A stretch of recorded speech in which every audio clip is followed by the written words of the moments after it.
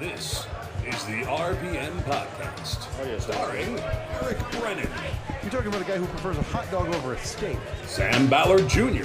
Is it cool if I fart in your presence? Scott Riggleman. He's not afraid to stick it in. Tim Riggleman. There are some who call me Tim. I think they did already. And Josh Matthews. Josh, really cool guy. Josh, I think you might die.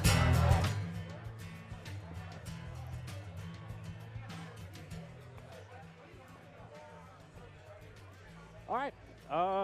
Hello, everybody, and welcome to River Rock Restaurant and Marina Bar. Hi, everybody who is in attendance here. This is the most packed that I've ever seen this place about 2 hours prior to the Daytona 500 starting. I'm Eric Brennan. I am from this area. Used to announce at Wall Stadium Speedway, which is an asphalt track a little bit further north. Moved down to Mooresville, North Carolina. But when I heard that Jeff Lane and this entire incredible staff at River Rock Restaurant and Marina Bar was putting this event on, I knew I couldn't miss it. We have food specials, drink specials, and all of these items over my right shoulder are going to be raffled off today for free. If you did not get your raffle tickets, you don't have to purchase anything. Everybody sitting over at this table is going to be walking about and passing them around. We're going to raffle items off in a little bit of an order, and we're going to save the best stuff for last towards the end of the race later on today.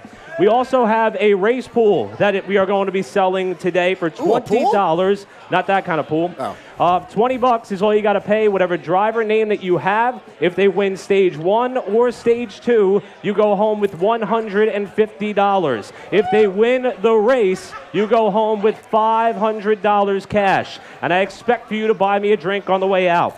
Now, if the pool gets full, we'll start another one. If we sell that one out, we'll start another one. If you did not have a chance to buy into that, again, this table over here has everything covered for you, and we'll remind you a little bit more about that as the day goes on. Everything's great. I talked about myself a little bit. You can see I got a couple other gentlemen sitting up here with me as well, one of which is Josh Matthews, who is the producer of the RPM podcast on a regular basis, and Josh is the brains of pretty much this whole setup. And Josh, thank you for loading up, setting up everything that you do, and thanks for being here, bud. Been a while. Welcome. You were on typical Eric Brennan time getting here, I will say that. I'm a little hungover, and I'm always late, so that's pretty much my slogan. One of the best-looking guys up here, of course, is going to be that of Nick Rendo, who joined us for quite some time when we started this about 4 or 5 years ago. Nick, also, been a while. How you doing? So good to see all you guys. It's incredible what a throwback this is. It really is. It's crazy. And ironically, new F1 car. Remember we talked about that a few years ago? That's the same deal here. New Cup car that we'll be talking about as well. Crazy. And one of the officials from Wall Stadium Speedway also travels with the World Karting Association, Eric Graham, who literally had surgery like 2 weeks ago, and he's here. He can't drink, so don't try to buy him a beer, but he'll take all the water he can get. What's up, Eric? How you feeling? It's great to be back, guys. It feels like it's been years since we've done this, but it has been years, so yeah.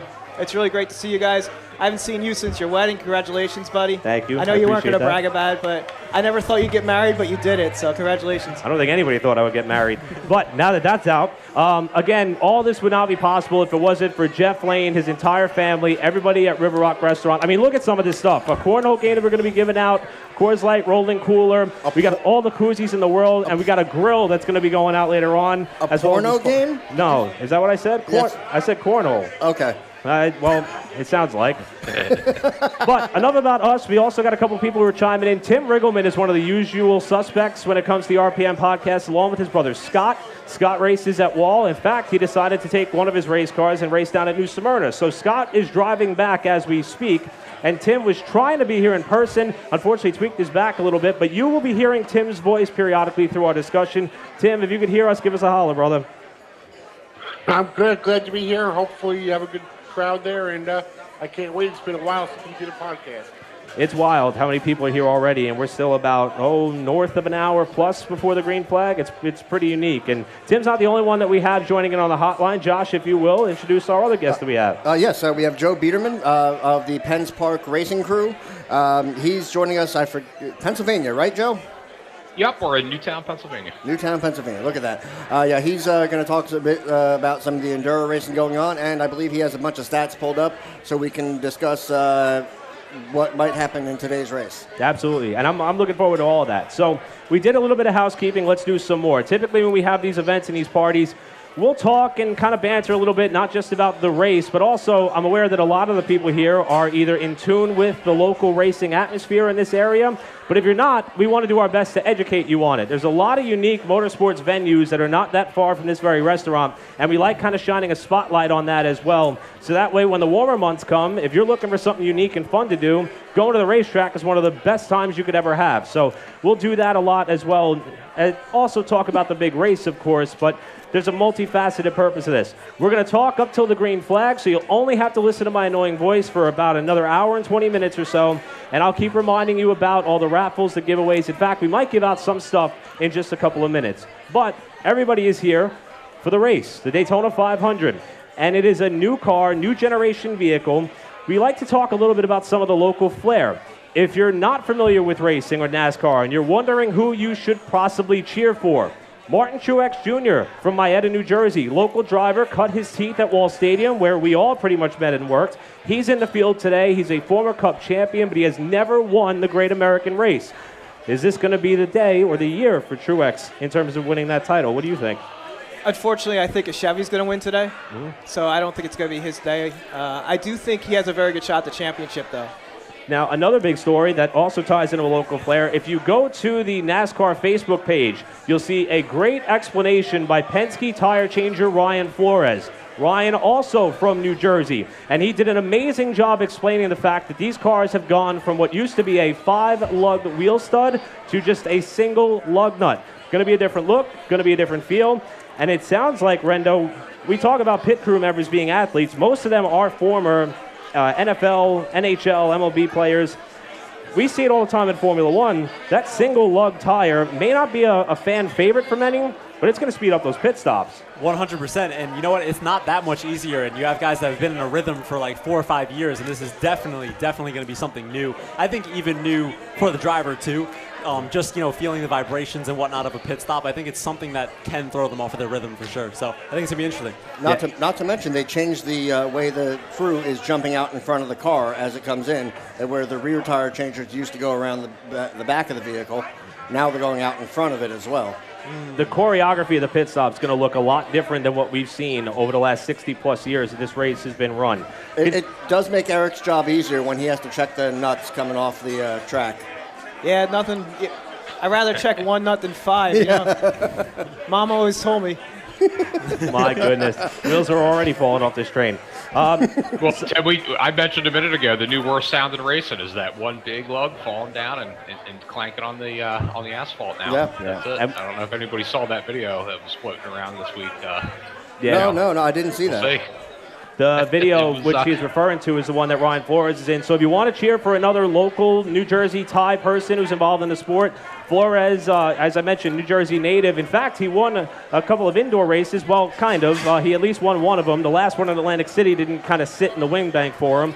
But he is going to be changing tires on Austin Cindric's number 2 today. So that's another person of interest that you could cheer for. A lot of our friends, and Josh and Tim, you could allude to this, went down to New Smyrna Beach, Florida. Jimmy Blewett, local modified racer there, teamed up with Tommy Baldwin, won himself the Asphalt World Series Modified Championship. And he's someone who we were hoping that may be able to stop by. But nevertheless, in that lead up to the 500, that local flair, which was well represented down there, Karsten G. Giant Tommaso also won the 602 crate race. Everybody's kind of busy, and I love that kind of build-up to this day in this race. And New Jersey's been well represented, as it will be in the 500. Go Hartwig. Hartwig's another one. Tim, we mentioned Scott, and of course, Scott's kind of been the lead voice or the pilot of this ship for the last few weeks or months, I would say years, as a matter of fact, of this show. He went down to New Smyrna. You have an update on how things went with him? I know he was incredibly busy and he's trying to make his way back home, but how'd things go for Uncle Scott? He said he was a little under, the cars there are a lot less lighter. They're lighter than his car, so he had trouble with that. He ended up finishing 10th, and he's on his way home. He got stuck in traffic. 195 was closed for an hour and a half, and so he's still on his way home. I talked to him about an hour ago. He was still in North Carolina. And while I talked to Jimmy Blewett on the phone, he was going to try to make it there. I don't know if he made it there or not. If he didn't make it there, he just wanted me to tell everybody thank you for all the texts and messages and everything he got. And he was glad to bring the trophy back to New Jersey. it would be awesome to see Scott. And even if he's able to make it in here for the tail end of the race, that would be incredible. So we talked about the lug nuts and the new elements of this car. And let's talk about the vehicle. The style of racing that we've seen so far this week has been very different than anything that I could ever remember.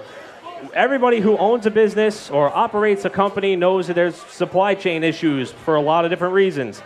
Race teams are having the same problem. There's a shortage of these cars and these parts, many of which only brought one car down to Daytona with them. The duels looked kind of stale as a result, and then they got to load up and go to California next week. So, Eric, I'll start with you. What kind of racing do you think we're going to see today? Is it going to be that chaotic restrictor plate style stuff we're accustomed to? Or do you think that these drivers really have to put their priorities in check and kind of save this vehicle? No, unfortunately, I think it's going to be 450 miles of being able to get a good nap if you needed one, and then you'll see some stuff happening at the end. They're going to be feeling out these new cars, and I don't see a lot happening in the first, 90% of the race. So I hate to be the bearer of bad news. As an official, that's usually my job anyway. But, I just don't see a lot of action happening in this race. I think you'll start to see it pick up next week. I don't know. I just don't have – after the duels, I think that is what the product's going to be. And, Rendo, you said you've been watching the most NASCAR you have in a while as an open-wheel enthusiast. I'm not sure if you had a chance to catch some of the stuff, but you're aware of the fact that these teams are strapped a little bit.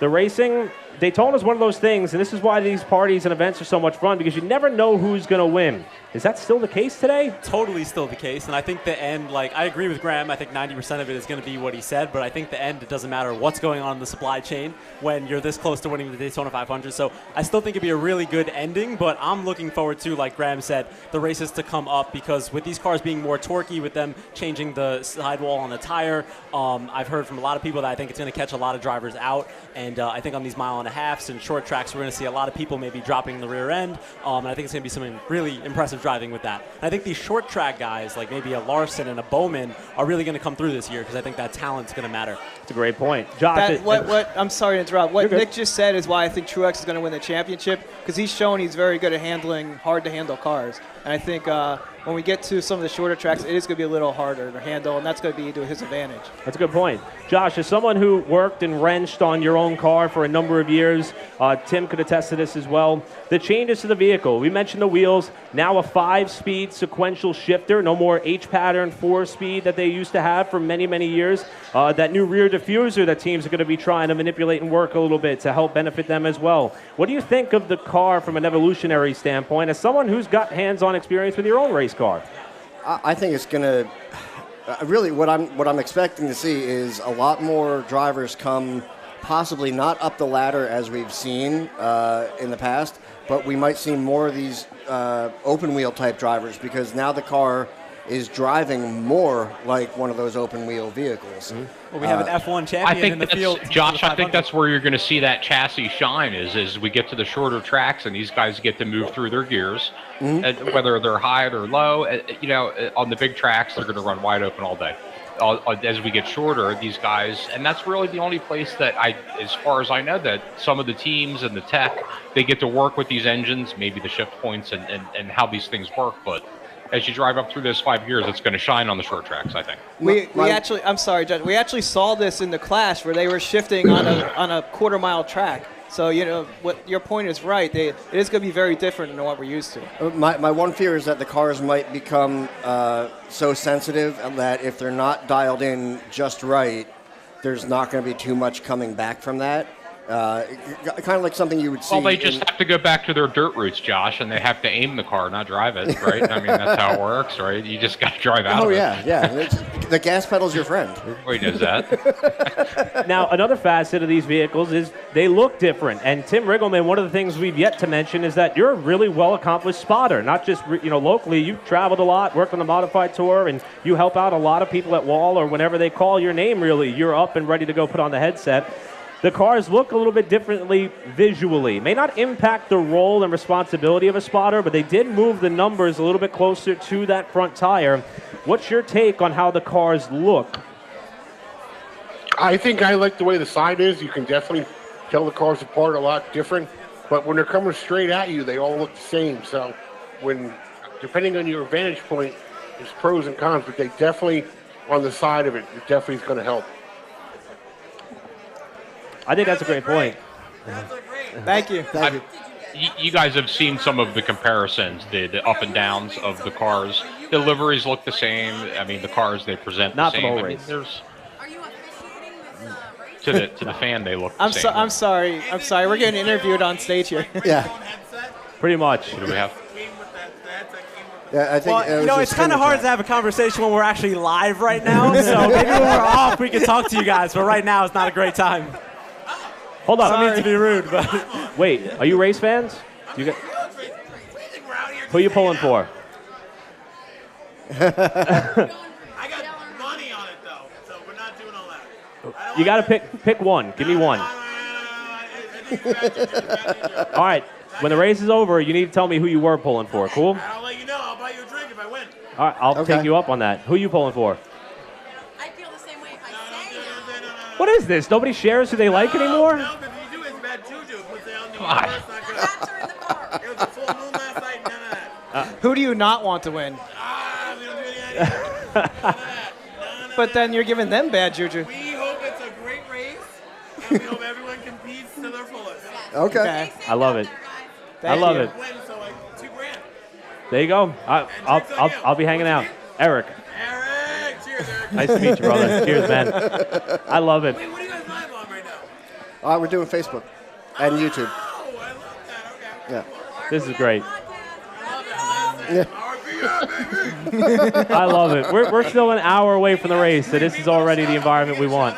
Of course. You guys shout out Anthony and Natalie. Anthony and Natalie.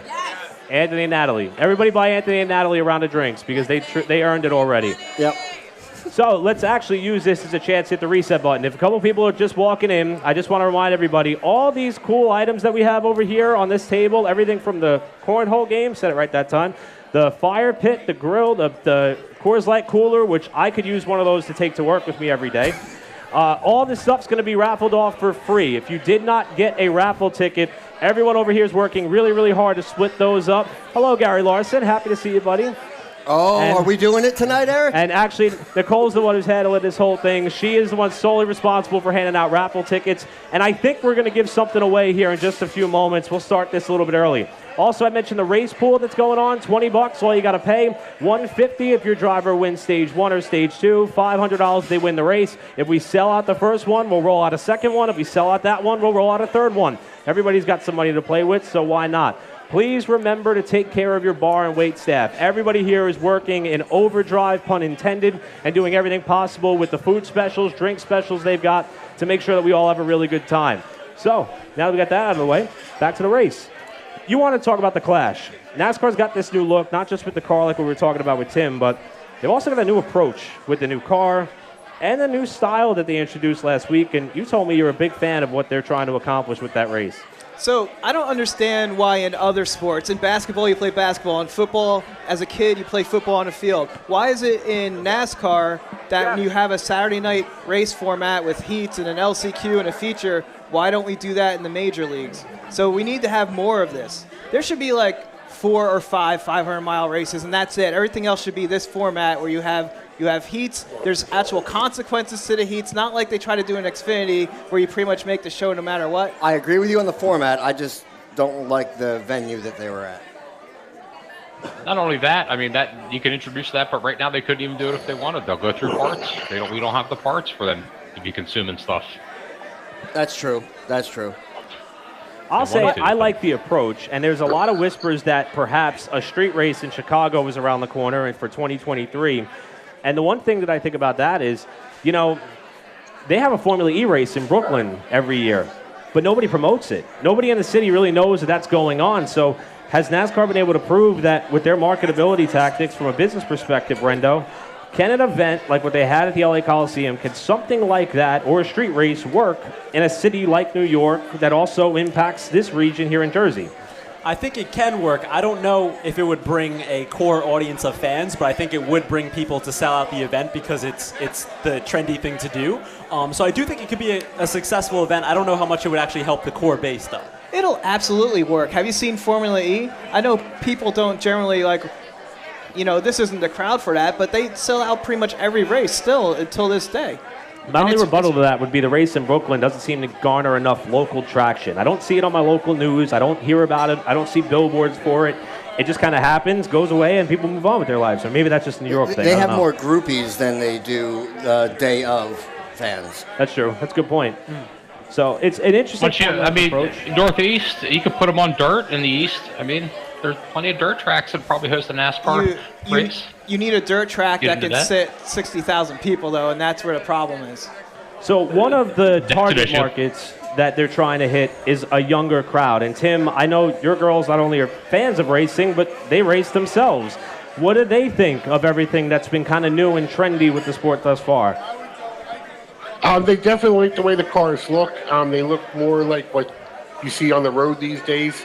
And the colors of the cars are a lot better. You see them, they relate to them better than they do to the other cars.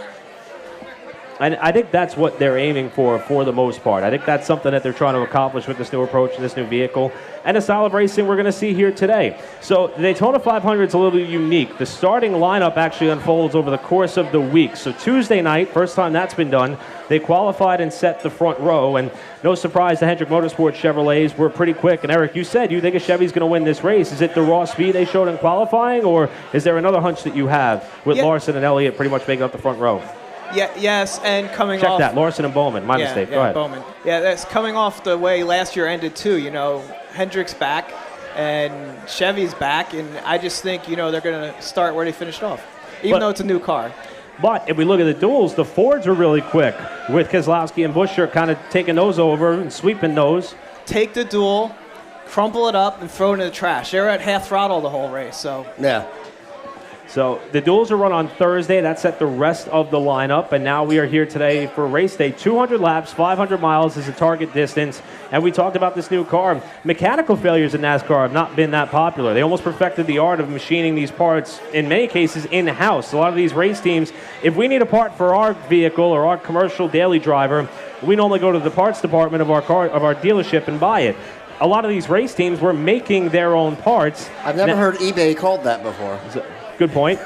It qualifies. A lot of these race teams are making their own parts, and owners start to realize we're hemorrhaging money. This isn't going to work. So they move to this kind of kit car builds where they order each part, chassis included, from a central supplier, and that's why we have the format that we have today. We touched on the supply chain issues earlier, but with this new, different type of approach for the race teams, it's meant to try to save them some money, but we have no idea what's going to happen. We used to know, that these cars would run perfectly. We saw it at the Clash. I mean, a couple of cars broke just trying to get through the gears on a restart. Warming up their tires. We had someone break. I want to add, that's a good thing. NASCAR needs that. You need to have car failures. That's more stuff happening during a race.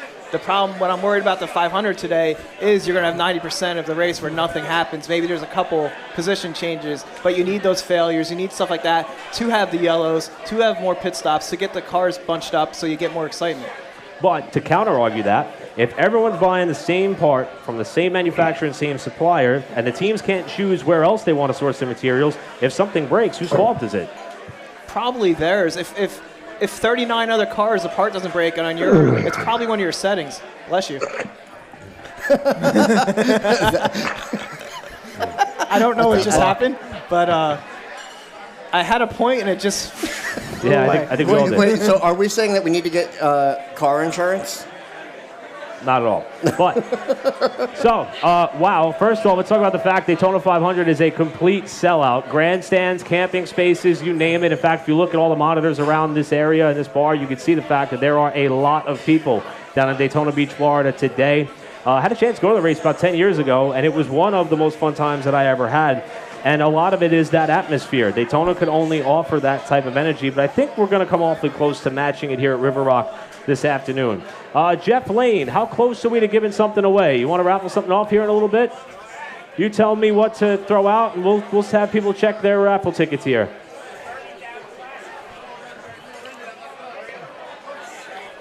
Working behind the scenes. All right, so everybody, if you have a raffle ticket, let's give out one thing, just one thing. Eric's heart. That's already taken. What are we giving away here? So Stella is actually all that I was drinking last night and why I feel the way I do, but I always wanted a set of these Stella glasses. So we're going to be able to give, there's 6 in a box, I assume, Jeff, right? We're giving away just 1 box here. All right, so if you got a raffle ticket, I'm going to be giving you some Stella glasses here. Again, all this courtesy of the folks at River Rock. And that winning ticket number is 1431237. 1431237. It would be awkward if one of us won. I was really hoping I did, although right now I'm having some flashbacks of last night, and it's not good. I want the cider press. 1431237. Hey, Josh, I think you should draw a raffle ticket for me and Tim. Yeah. You know, you are right. Well, how about this? If I win and I don't like it, I'll give it to you. You know what? We're never going to know. You know what, Josh? Why don't you get 2 and then you take whatever we win? All right, let's give this the last call here. 1431237. Going once. Going twice. I hear some noise. 1431237. All right, we're moving on. Let's get another one. Snooze, you lose. How did we strike out on the first one? Ooh. Someone in the bathroom right now is very upset. They will be. All right, they're like rushing. 1431314. 1431314. There we go. Yahtzee. Hey. Yahtzee. Come on down. That's the kind of energy we're looking for here. Race hasn't even started yet, and we got ourselves a winner. You're good. Enjoy.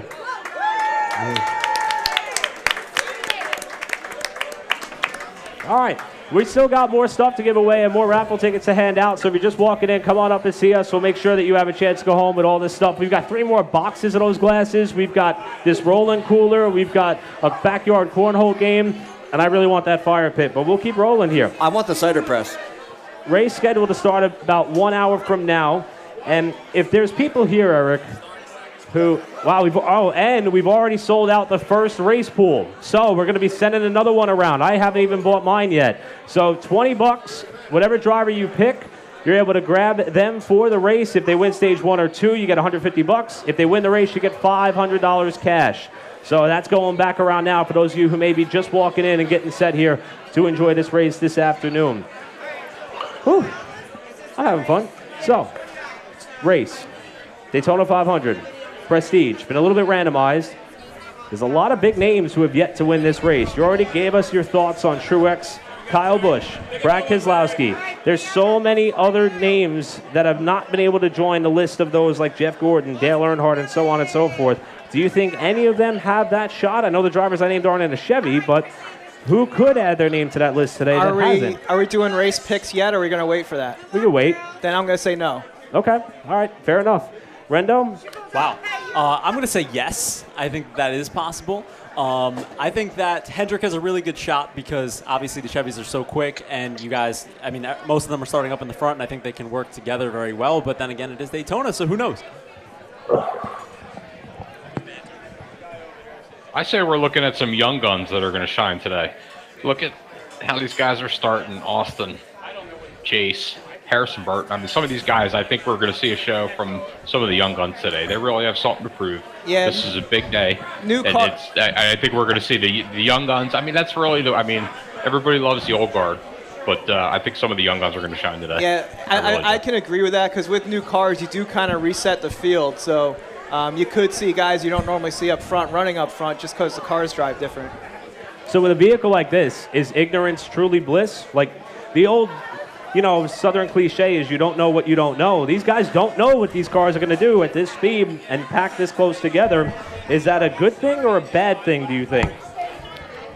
It depends on, you take somebody who might be like some of these older drivers who, like an old dog and new tricks kind of thing, versus a young driver who's a little more moldable or a little more kind of receptive to a new car or just will go drive it, versus trying to, have them do something with the car that they can't, I guess. Okay.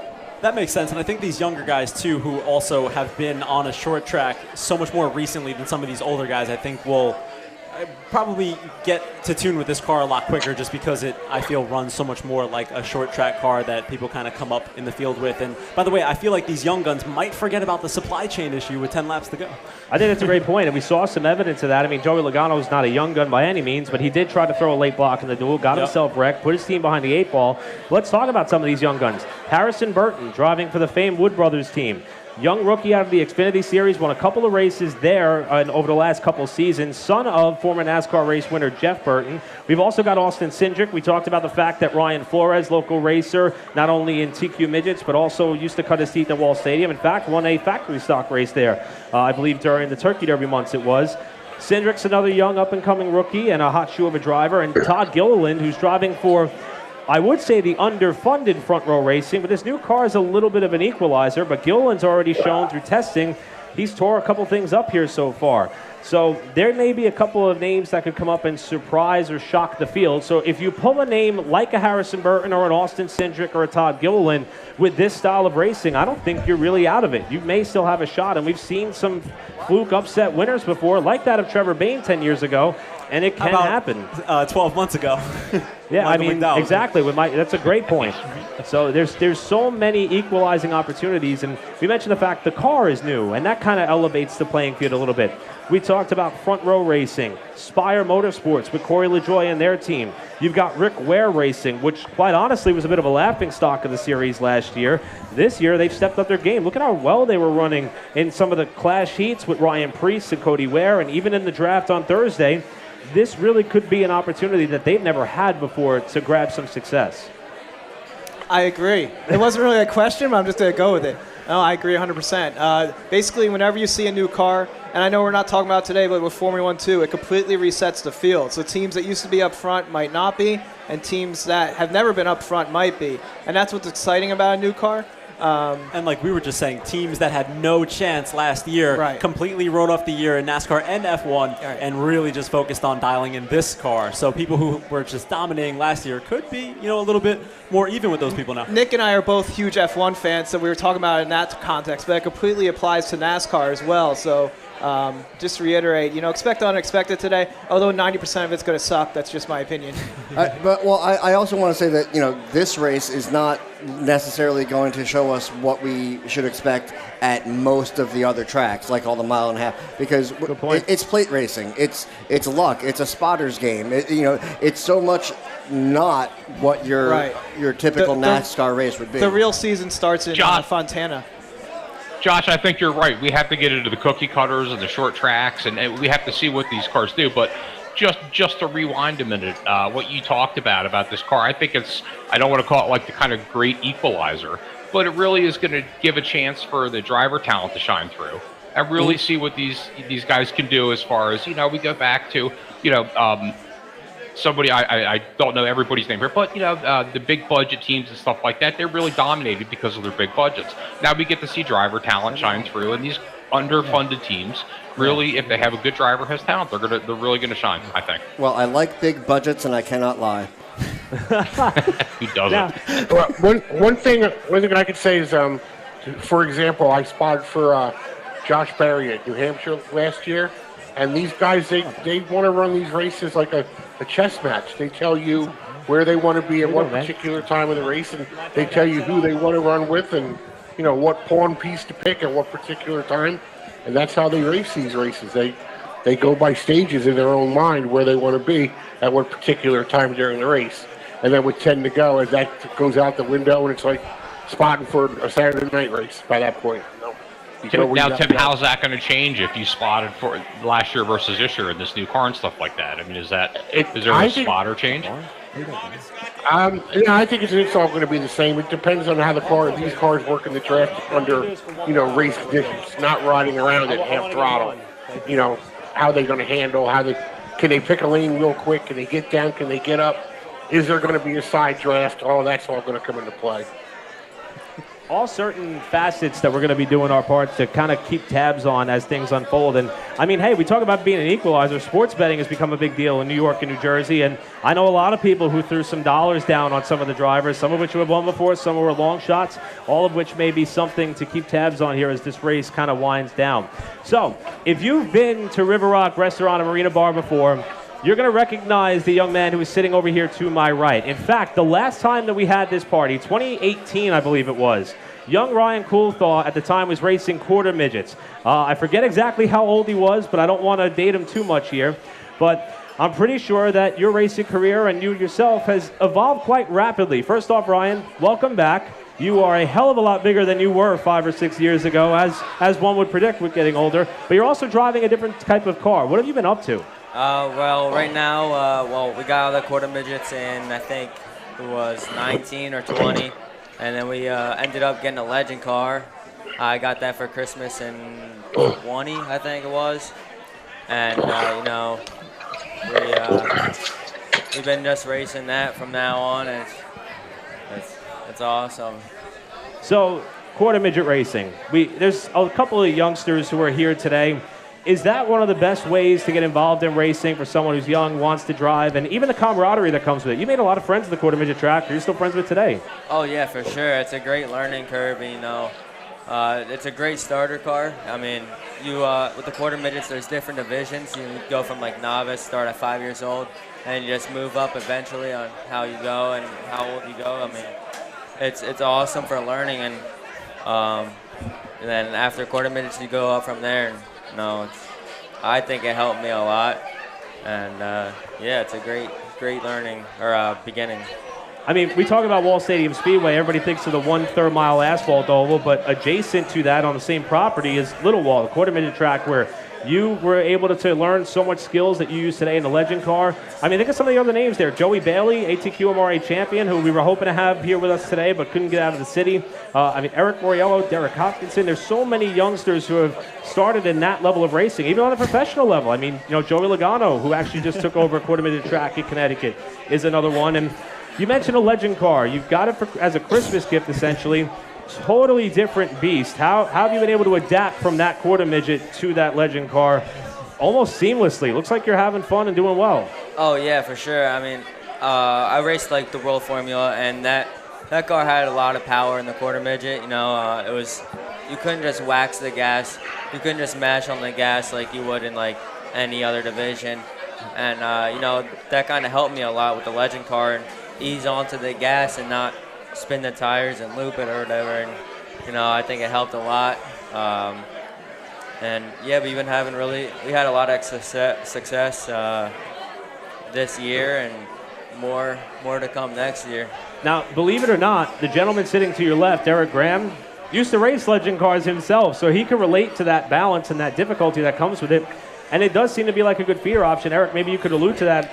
We talk about quarter midgets being a good starting spot. Legend Cars, too, is a good starting spot. Reigning Xfinity Series champion Daniel Hemrick, that was pretty much the vehicle that helped propel him into the spotlight, and you may also be able to relate some of those reasons why. Yeah, absolutely. Believe it or not, I used to squeeze myself into a legend car, but I will tell you this, as you move on, the legend car is probably going to be the hardest thing you drive. So remember that, because a legend car, you'll be going, everything will find a turn, all of a sudden you're backwards. Yep. But as you will learn the warning signs in a legend car, and then when you go to another car, like I went to factory stocks, and I know guys that have gone to modifieds, you feel like you have 4 seconds to catch a car when you move on to a longer car. So going to legend is probably the smartest thing you did, because you're going to be really good when you move on from there. So master your legend, move on from there, and you're going to be great. Oh, yeah, for sure. I mean, like with the quarter midgets, they would stick once they got heat in the tires, and the legends, they would get heat in the tires, but they were always on the edge. Like, they were always on the edge of spinning out, and, that's a big thing about the throttle control, and you just got to ease on the gas, and then, it's awesome. And I came from karts. I came from road course karts, but yeah, unfortunately, you learned a bad habit in a kart that the throttle's an on-off switch, and you cannot do that in a legend car like you were just saying, or else your butt's going to be in the stand. So. Now, you mentioned trying to grow and learn and evolve. Do you have an idea of where you want to go post-legend car, or are you just focused on the task at hand right now? To be honest, we're just focused on what, with the legend car, and we really don't know what we're going to go on to next. I know my dad and I want to go to a crate car in New Egypt because I can get approved there at 15. But Bethel's not a bad track, and it's a perfect track to learn on, especially for like the legends. It's a nice little quarter mile, and I think it helped me a ton. Braking points and like the throttle control again. It just when you're old enough, do you plan on racing wall? Oh yeah, for sure. Yeah, it's an experience. It's basically Daytona of legend cars. So it's very fast. Yeah, we actually live 5 minutes from Wall. Oh, awesome. But we live 2.5 hours from Bethel, so it stinks. But there's this other track in Virginia, Dominion Raceway. That place is something else too. Yeah, I'll actually be there again for the Smart Modified Tour towards the end of the season. State-of-the-art facility, but man, that track in a legend car is insane. You mentioned your dad, Warren. I assume that he's playing a big part in your racing career. And, tell me we talk about, racing being a family atmosphere. And we see it today with the generational names that are in the field. We talk about Harrison Burton, Chase Elliott, second-generation driver. For you and your dad, just as a family, how fun is it being at the racetrack like that? To be honest, it's so much better in the legend car than it was in the quarter midgets, because like the quarter midgets we were scrambling with like multiple cars, he had to do like race director and do all that other stuff. But with the legend car, we take the ride up, we go unload the trailer, and we do everything we need to do, like tire pressures, everything like that, and then we'll go walk around, see people, shake hands and everything, and then we'll come back to the trailer. It'll be practice time, and then we'll do the race, the drivers meeting, and then it's just an awesome night. And after my race, we'll go grab something to eat from the concession stand, and then we'll come back, watch like a race, and then head home. I mean, and that's the thing, right? You're a race fan, so I'm going to shift gears here and ask you about today, the Daytona 500. We kind of bantered back and forth about the new car and all that stuff. Who are you pulling for here today, and what kind of race do you think we're going to see? To be honest, I don't even know. I'm pulling for Blaney or Truex. Those are my picks the last time I was here. I really don't know what the outcome's going to be like, but hopefully it's a good race. We're all hoping for the same thing. Josh, been a while since we had Ryan on here. His voice is a little bit different from last time. No, I don't know if we can pull up that audio, but that's changed a bit too. I'd have to go back into the archives, but I'd say it's a few octaves different. Yeah, my mom shared the thing on Facebook, and I was watching it a few days ago, and I think you said I was 11 at that time. So yeah. So wow. I may embarrass you here a little bit, but I want to let everybody here know a story about Ryan. About 4 or 5 years ago, my young nephew was diagnosed with pediatric liver cancer. And at the time, Ryan was doing his daily chores just to try to save up enough money to buy a truck. You knew what vehicle you wanted when you were old enough to drive, and you were smart enough to know you had to start saving pretty quick in order to get there.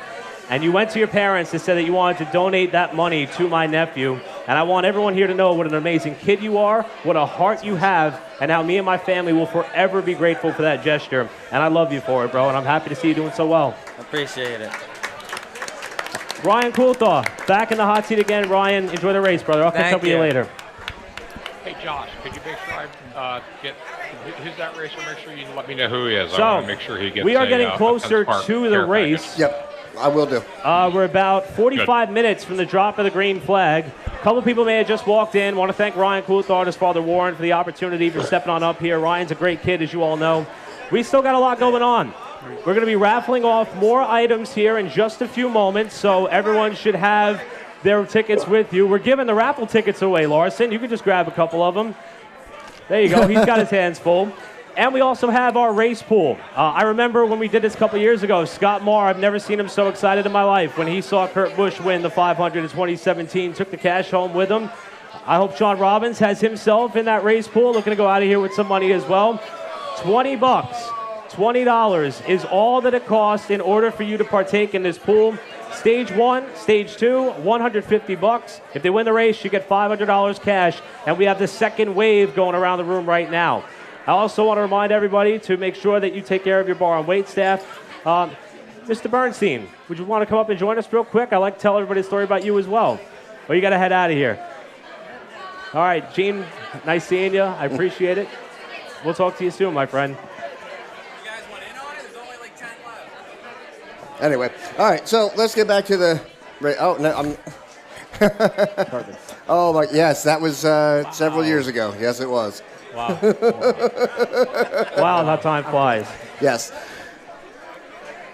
All right. So back to the task at hand. I'm going to leave it up to Brendan here. I'm struggling. I need another beer. You and me both. So, Eric Lane is walking around with the race pool items. Only about 9 drivers left, I think, in this second pool that we're giving out, and it's just $20. I've got Eric Jones. I like the name. I don't know if I like the pick, but we'll see how it goes. He spells it right, too. No, he doesn't. You got to spell it with a C. Hey, starting 13th. We'll see. I have a question for Nick Rendo. Go ahead, Tim. Nick, How are you? I know you and your guys are big into the F1 and the IndyCar stuff. Yeah. Do the change of the cars that they're running today, do you think that'll bring more fans like you guys back to the interest of the Cup cars? Interesting. I would say yes, because I think it's much more, like I said, much more control with the throttle. I think it's going to bring back the short track, and I think the car just being able to break loose and catch drivers out, I think is going to be an element that we like. But I must say, I think last year introducing, I forgot what horsepower package it was, but on the 1.5 miles where they were racing almost like a pack, I know personally brought me back, and I watched more NASCAR than I have in the last 5 years, and it also brought back some of my friends. So if 1.5 mile racing stays like that, then I would say we're definitely here to stay. I think this isn't the crowd to bring it up, but I think more road courses helps too, because these cars are awesome on road courses. For sure. And you'll Coda help bring those IndyCar and Formula One people in, which is a growing base in the United States. Yes, and if we can get a Coda race without rain and actually be a real Coda race, I think it'd be very exciting. But I want to go to Coda so bad. Yeah, me too. I think COVID was a blessing for NASCAR, honestly. I really, really do. I think it made them do so many things that would have never been done without it. So I would say answer to that question is yes, for sure. And last year was awesome too. So I think that this year should, if it continues in that direction, definitely. How about you, Joe? What do you think? I'm an AJ Allmendinger fan first and foremost. I just want to throw that out there. So the more road courses, the better, because that guy dominates. You're not the only one here. He does all right there. I like the road course races. Chris Garback's yelling out about the dinger. I really do like them. I do too. I'm not sure the fans do. It's not a real good fan experience. It's very unless polarizing. They have the resources behind it. I mean, who wants to sit in a turn coming up or down a hill and watch? I mean, at least, it's. I don't know. I'm 50-50 on something like that. I think it's definitely more of a TV viewing they're fun to watch on TV. If they're working for the TV market, not the showing up fan market. It's just, but I like watching them. I think it's fun, and I think it's good to diversify the sport. How good of a race was Indy? For spotters, the road you course. get paid $500 and you only got to do one turn, so you don't say anything all day. You sit there in your lawn chair and get paid $500 to watch a corner. I know they. Right, who's coming down the hill, right, Tim? Yep. I know they can't do it because of logistics, and it's impossible for like 10,000 people to get in and out of this track. But a cup race at Lime Rock Park would be the best thing ever. Yes. I would watch that.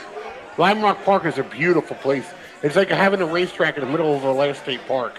It's just a beautiful facility. Yeah, it's the Monza of the United States. Except it's like a Bristol-sized road course, which is awesome. Right. I mean, I'd like to throw something out there to the guys sitting next to Josh and all the other guys. I mean, what do we think about these real short tracks and real racing like we saw at the start of the season here? I mean, do you guys have an opinion on that? I mean, we got cookie cutters, we got the mid-sized tracks, and we got the super speedways and stuff. What do you think about that little Coliseum style? Is that something that attract? I mean, is that? Oh, what do you think? I said it before. They need 75% of the schedule should be that kind of stuff. The big track should be special. The 500, 600 mile races should be special, not weekly. Right. I agree. And I think this car, like I've been saying, I think this car is really going to shine on the short tracks. I think drivers that come from short tracks are going to really shine. And one thing I would say about the Coliseum, though, is if we do that again, we need to make that outside lane work. Oh, they're doing it two more years. It was too narrow. It was too. It was too going in and out. We got to spray something on there because really all you have to do is knock the guy up, and that's it. So basically, we cannot have another Bowman Gray because that is, pro wrestling, not racing. Thank you. We all know how you feel, Josh. Bowman Gray. I'm just saying we don't need that. That's not the crowd that you want to attract. And we'll touch on that a little bit more, but I think first let's give away some more things. So, man, we had a good flow. Everybody in the room, we got to get some of this product flowing. Please take out your raffle tickets. We're going to get rid of all of the Stella glasses here. We got 3 more sets that we're going to be handing out. And the first one and lucky winner of that is going to be ticket number 1431121. 1431121. If you got that ticket in your hand, bring it on up to me. And we're going to pull a couple more here to keep these glasses flowing. 1431121. I think I see someone. Is he walking towards us? Nope, he's going to the bathroom. 1, 4, 3, 1, 1, 2, 1. We're. I think it's time to move on. Yeah. Somebody probably has it. They probably just can't hear us. You know, we may need to get the in-house mic on here too, and just start shouting at people. I don't know. I can't make it any louder. All right, let's try it again. 1431023. 1431023. We need one of those like tickers they got at the DMV where we can just like throw the number up on a screen. We got enough screens, that's for sure. I see someone waving back there. I think they're just really excited to see each other. 1431023. I'm excited to see you too, Eric. How much money you got? Wait, we have a waiver. Hey, we have a look waiver. at this. It worked out. How's it going, bud? Which one are you? All right, cool, my friend. You can take one of those kits. Congrats, man. I'm sorry about the Giants, though. I was just going to shake your hand.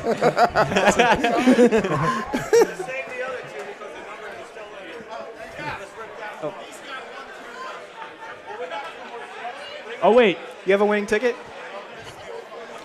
Hey, Garbach, you had it the whole time? How many shots have you had already? Yeah. Here, Nick, you want to pick the third? I love it. Fireball. All right, Rendell, get us one more. Fireball. All right. 1431008. So that's 1431008. Yeah.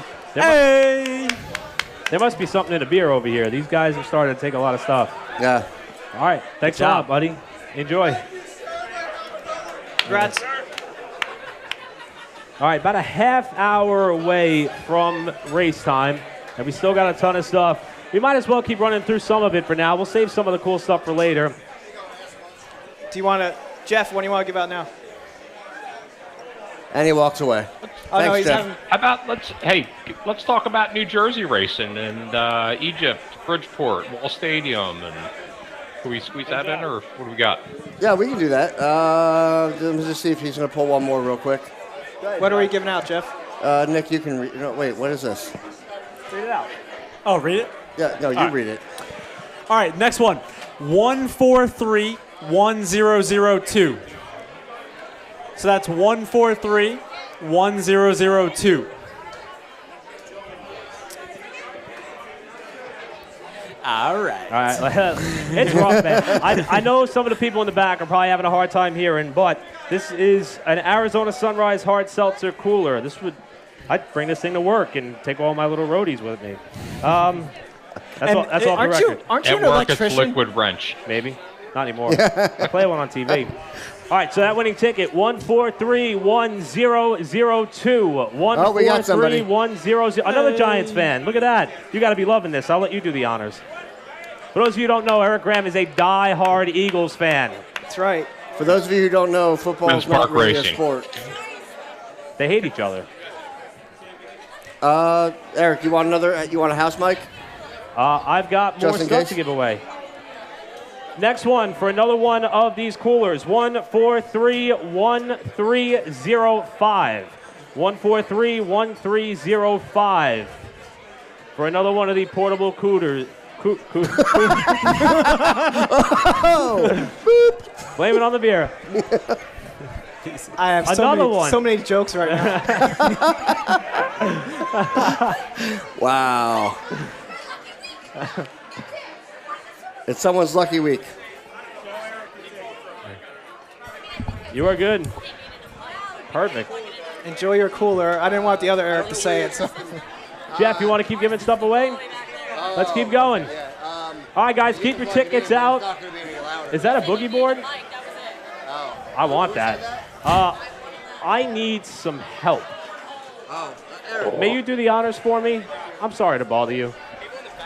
But if I pick somebody who knows me, they're going to think it's rigged. I love the Haley Deegan shirt, by the way. That's Eric, really you cool. know everyone here. Thank you so much. Not quite. My name's Eric, by the way. Now I do. No, they don't. 143-1162. 143-1162. Until Jeff says stop. 143-1162. I'm going to do it one more time. 143-1162. Oh, my goodness. No wonder why we couldn't see you. This is my favorite winner. You're going to enjoy this, my friend. Oh. That is awesome. Over here, buddy. Look. This little guy. Congrats, buddy. He's going to enjoy Let's clap this up. Oh, he took it and ran. He's out of here, man. That is perfect. Thanks. See He's ya. off to the shore. He's going to ride that thing home. All right, we got two more, and we got one more driver left in the race pool. I'm just going to buy it. I don't know what you're doing. All right, so we got two more boogie boards, two more Bud Light boogie boards. Next one, 143-1185. What? What is this, Card Sharks? Like 143-1185. I keep seeing people waving, but they're not waving at us. They're just yelling at me. 143-1185. We can't hear you. Oh, we have a winner. Is that our friend from earlier? It is our friend from earlier. 143-1185. No. False alarm. We get a house mic up and running yet? They got to plug it in the back if you want to get that. Okay. They were over here, but you ignored me. 143-1185. All right, let's try another one. 143-1120. 143-1120.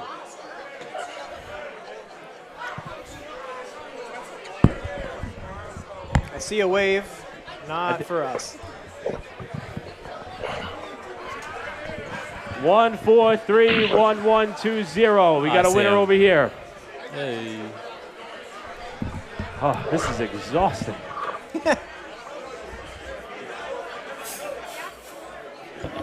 Yep, you are good. Enjoy. Thank you so much.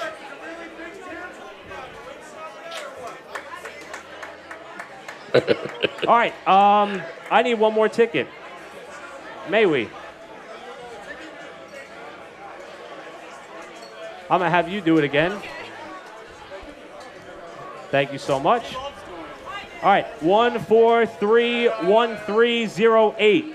143-1308. I have so much heartburn. 143-1308. And while we wait for someone to find that winning ticket, Rendo, you got to hit the road, brother. Who are you picking to win today? I do.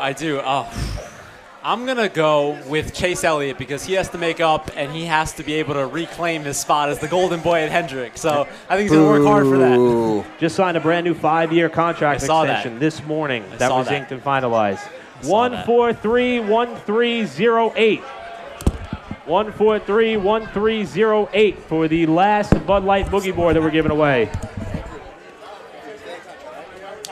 We need like a WhatsApp group or something.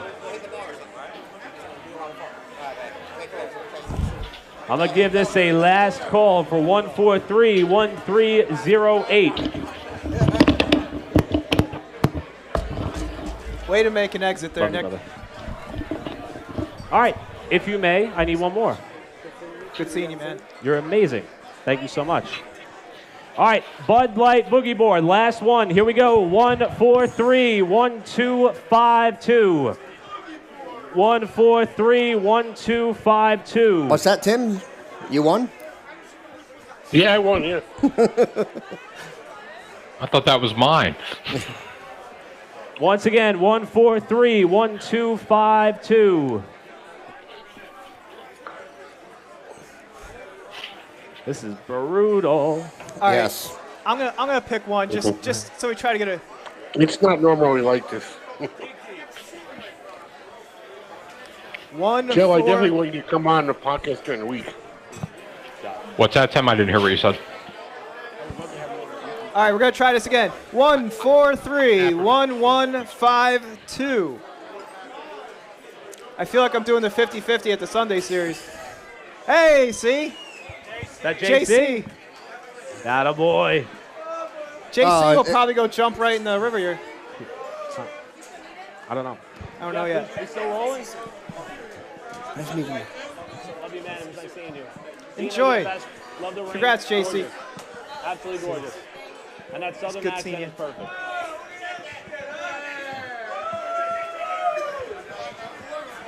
All right. Next up, we have, what's in here? We have a couple of White Claw bags. We've got some T-shirts, some koozies, a whole bunch of goodies here for all of our friends who drink White Claw. Eric calls koozies a different name. I kind of want one of these. Eric Brennan, by the way. This the new one? Yeah, that's not all right. 143-1402. 143-1402. 143. Keep going. 143-1402. Game show Josh. Who doesn't want free stuff? Auction it Yeah, off, right? Josh. I'm frugal. I got to pay my bar We got a tab. winner. We got a winner. There we go. Hello. There you are. Yep. I think so. Well, I'll go with it. Yeah, I can read that. All right. We got two more of these White Claw goodie bags that we're going to be giving out. Thank you. So, what did you say your name was again? Tizia? Tizzy. Tizzy. It's Tizzy. It's Tim's daughter. It's Tim's daughter, dude. Oh, I didn't know that. All right, so Tizzy's Sorry, the one Tim. drawing the lucky numbers here. Tizzy won. All right, 143-1385. 143-1385. We got a winner. There we go. Thank you. I thought it was Patton Oswalt. There you go. And enjoy. Congrats. Thank you. Thanks for being here. All right, Tizzy, I will need one more for now. This one is going to be 143-1226. 143-1226. 143-1226. 143-1226. That's actually working. I'm a fan of that. I try. Way to stay in character. Josh, I want you I have to marry such heartburn. All right, Tizzy. Thank you, Nicole. We need another one. You're amazing. Now that you have saved Gotham City, please wait until your linear induction vehicle comes to a cold stop. All right, for the White Claw gift basket. 143-1199. 143-1199.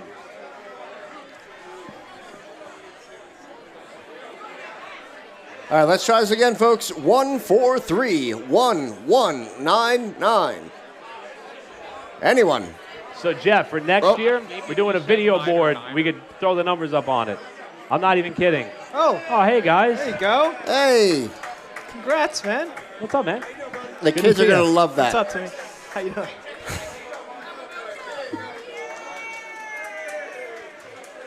Anything else, Jeff? Or should we wait till the caution?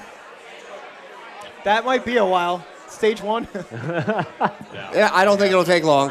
We're going. I completely disagree with that. Right to the first. We'll do the stage. cooler. Whoa. We got a big one, guys. All right, so we're starting to get some of the heavy hitting items here. The Coors Light portable rolling cooler. I notice this is catching some attention. I would love to bring this thing through the airport tomorrow morning, so my fingers are crossed. I'm so. You got to do it like this. All right, here we go. Coors Light rolling cooler. 1, 4, 3. 1, 3, 4, 6. 1, 4, 3. 1, 3, 4, 6. I'll try it. And if you happen to have a winning ticket, let me see your hand. I see pointing going on. We have a winner, I think. We have a winner. 1, 4, 3. 1, 3, 4, 6. There we go. Hey, there he is. How you doing, my friend? Awesome. This guy, we're going to call him Best Dad. That's what his hat says. I love it. Good luck getting Congratulations, through TSA my with friend. Good luck, Best Dad. Have fun. All right, Jeff, you want to hit the pause button on that for a little bit? that. Jeff walked away, so I guess that's a yes. All right. Thank you so much, Nicole, Tizzy. You guys are amazing. And, of course, all these things we're giving away. We got more stuff to go. The backyard cornhole game. We've got the tailgate table. We got the fire pit. We've got so much stuff. But we have about 15 minutes left of our show here, so That's a keg? Oh, and we got a Coors Light Wow. grill. It's like a I want keg that. grill. That thing's awesome. It's like a keg. I'll check a bag to bring that home. Josh claimed the cider Wow. press already, so. Yeah, I want the cider press. All right, so we're about 20 minutes or so away from the start of the race. I think it's kind of time to start winding down a little bit here. Yeah, so I think my voice let's needs hit a rest. our final talking points. Let's figure we got about 15 minutes left to. Well, let's start with our guests who are not here. They're here with us in spirit and in voice, but not physically. Tim Riggleman, I know that the number 18 is a popular number in your household. My question is, who do you want to win, and who do you think is going to win if they're two different people? It's all Kyle Busch. Old car, new car, it don't matter. He's gonna win. Kind of had a feeling that was going to be the case. All right, so let's continue around the room here. Joe, who you got? You know what? If I'm going young gun, up-and-coming guy, I'm definitely going Harrison Burton. If I'm going not really quite old school, Chase Elliott's going to win the thing. That's what I think. So Chase Elliott's got two tallies guys here. That, Rip these. what it is. Josh, how about you? I'm sorry, say it again. Who you got today? Josh Bilicki.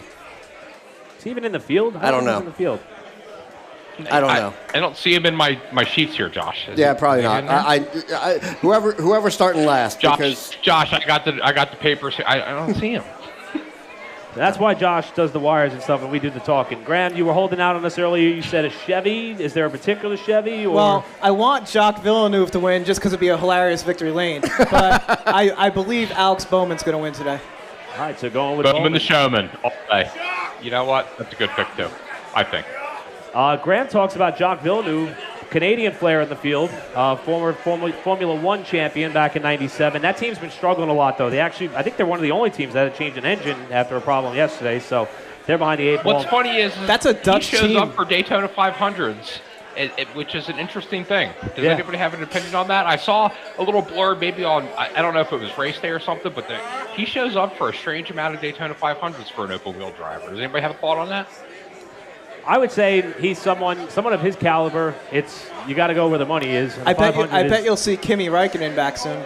I would hope so. He did pretty well in the minor foray that he had, but I don't think he's going to leave He his might yacht. miss the national anthem, though.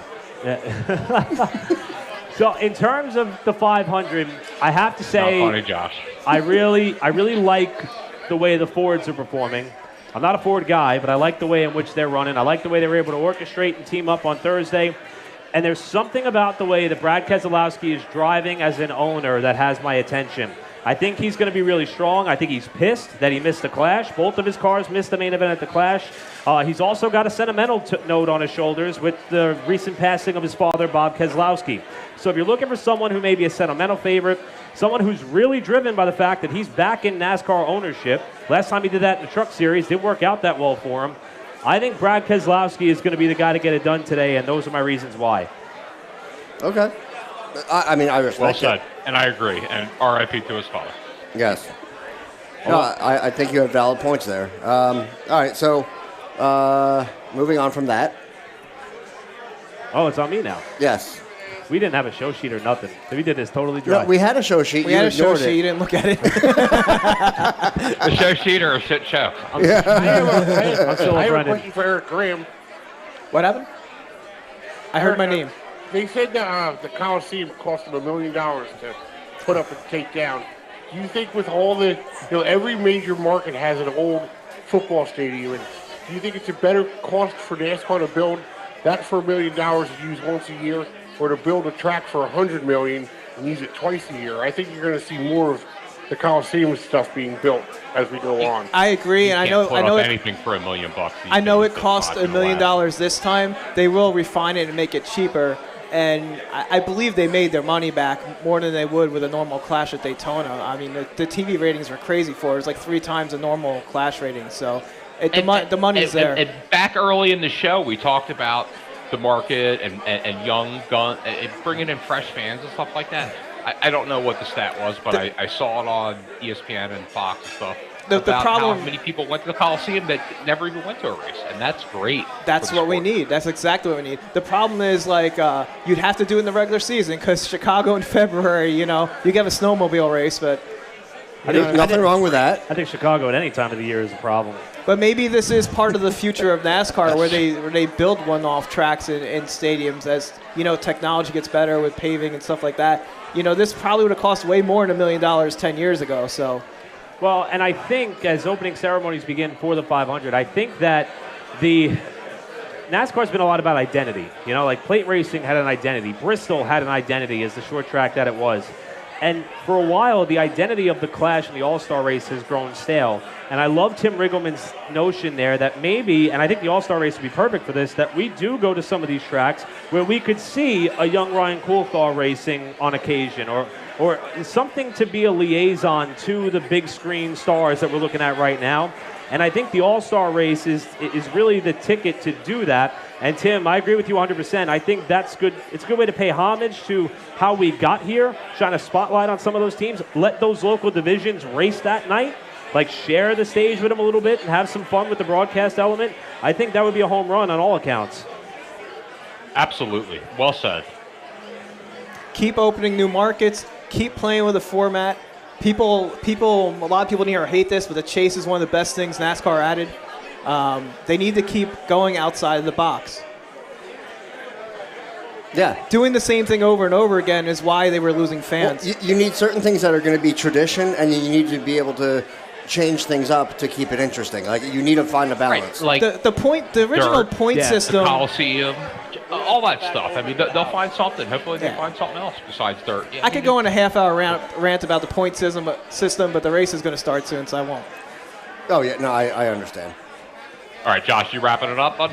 Yeah, we're going to start wrapping everything up because I think they're about to do the national anthem, and we'll get the race underway, and then we'll see from there. I'm just giving it a minute. We lost Eric for a second. Oh yeah. All right, so we're going to wrap up here. We're going to cut it over to the house audio so that way everybody can hear the race. We'll take a couple of breaks in between during the stages, give out some more stuff, and we'll try to get on the house audio system as well so more people in the back can be able to hear some of those raffle numbers being called out. I want to thank everybody for coming out here today. It's been an amazing morning. It's going to be a great race. Thank you to all the people who made these giveaways possible. We appreciate everyone who's been helping out, everyone over here, the Lane family, Nicole, Tizzy for helping out with the race pools and the raffles. You guys are awesome. And please take care of your bar and wait staff. They have been amazing. They will continue to be amazing, and it's very important that they know that they are recognized and appreciated. On behalf of everybody here at the RPM Podcast, I'm Eric Brennan. Enjoy the race, and I'll be around to have drinks with all of you in just a few. Enjoy.